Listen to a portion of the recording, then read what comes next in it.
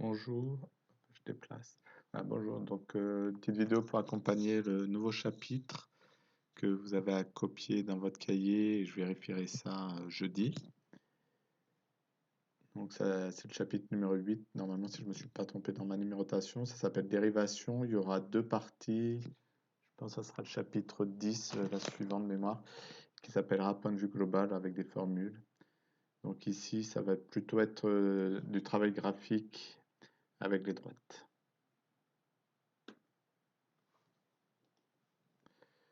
Donc, premier paragraphe, c'est quand tu as une courbe, on considère une fonction, un nombre dans l'intervalle de définition, c'est-à-dire qu'on peut calculer f de a, et on prend un point de la courbe qui a pour abscisse a. Donc, je vous rappelle, ça, on l'a revu en début d'année, puis on l'a retravaillé en diaporama et en automatisme.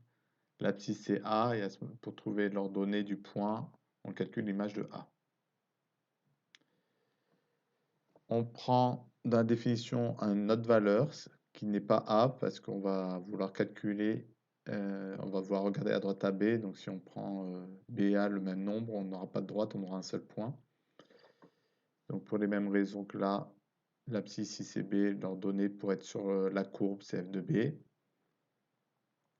Et le quotient directeur, ça on l'a beaucoup travaillé normalement en automatisme. Le quotient directeur de la droite, donc c'est variation de Y sur les variations de X. YB moins YA sur XB moins XA. Vous pouvez mettre aussi XA moins XB, et puis YA moins YB, ça n'a pas d'importance.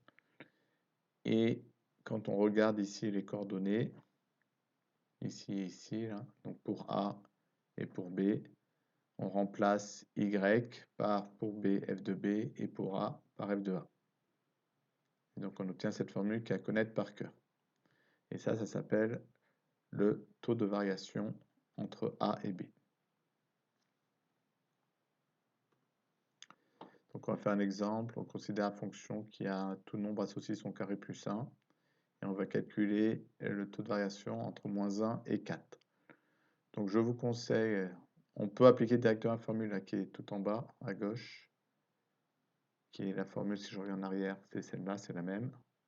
Donc on peut le faire directement, moi je vous conseille de couper en étapes, commencer par calculer les deux images ici.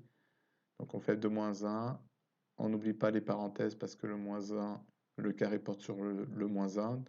Donc on va avoir 2 signes moins ça faire plus, 1 plus 1, 2. On fait même calcul avec 4, là il y a moins de problèmes normalement puisqu'il n'y a pas de problème de signe. On arrive à 17. On applique la formule de la définition du taux de variation. On remplace f de 4 qu'on a calculé ici par 17, f de moins 1 par 2, 4 parce que c'est b, et petit a c'est moins 1, donc ça fait moins 1 qui va donner plus 1. 17 moins 2, 15. 4 plus 1, 5. 15 est dans la table du 5, c'est 5 fois 3.